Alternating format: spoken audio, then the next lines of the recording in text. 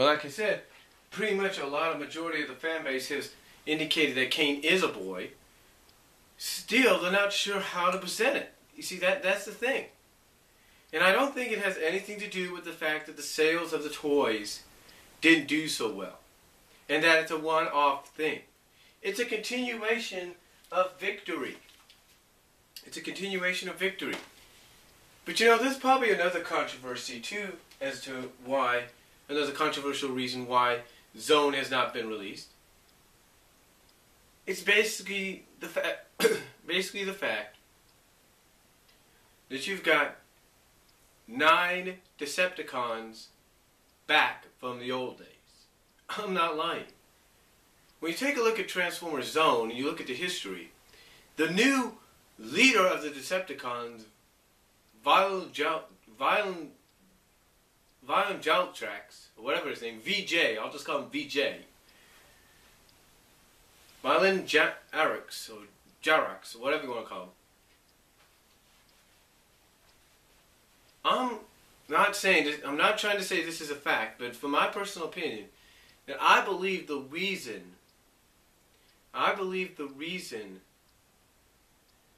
one of the other reasons, controversial or not, is the fact that you've got original Transformers coming back with different looks. I mean, let's take a look at it this way.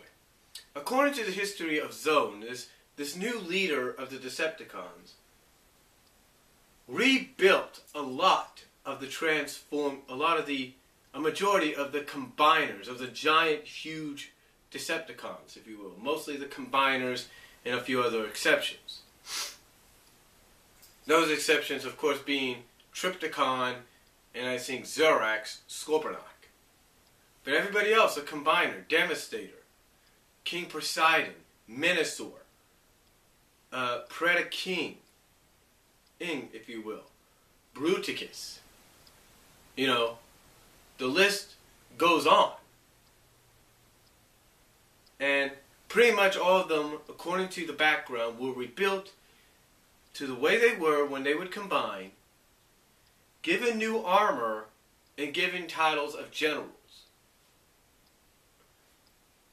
Now here's what would get a lot of people though, and I think this is probably another thing Shout Factory is kind of scared of.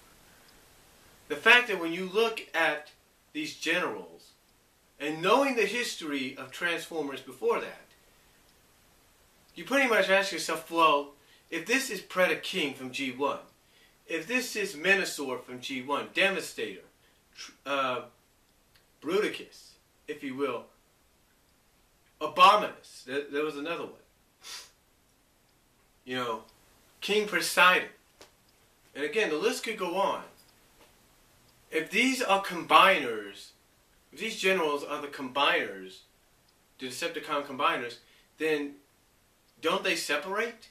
Shouldn't they separate and become their own individuals? Apparently not. Because according to the information we get, they were rebuilt. There's no indication that they could separate. So in other words, what I feel, in my opinion, is that this new Decepticon leader basically rebuilt them as their combiner form.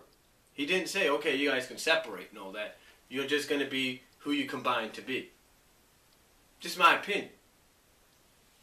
But then here's what I think also kind of kind of ticks off Shout Factory a little bit, or Shout Factory is a little afraid of. In the first, what was supposed to be the first episode, which turned out to be the OVA, you have 4 of the generals killed. Devastator, Trypticon, Poseidon, Predaking. Wiped out. And you don't know what happened to the others. But then here's the So what I'm trying to say is, so here's what I think. I think along with the fact that they're not sure about the Akira deal, the Akira gender, that they probably don't know how fans will react to just seeing the combiners as themselves.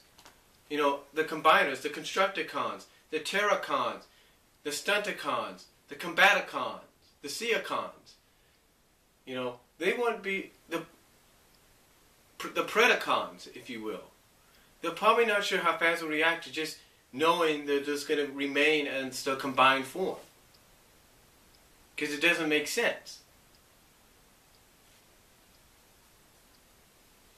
Anyway, though, to me, that's probably less of a controversy than the whole gender situation. And I think that's what's holding it back.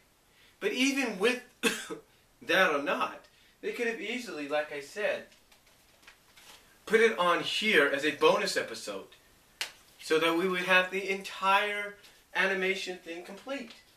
But they didn't do it. So I'm hoping and I pray they do this. But if not, go to YouTube. I'll provide the links down below. Check out the original dub, the original Japanese, not the dub, but the original Japanese language version. Then click on the other one. Check out the English dub, the very well done English dub, and you tell me if whether or not the gender of a certain Akira character and probably some other things stick out to you as probably reasons why Shout Factory hasn't released Transformers Zone and why it's known, as I call it, the Transformers Zone controversy. Let me know what you guys think. Comment down below. Peace out. God bless. I'm out of here.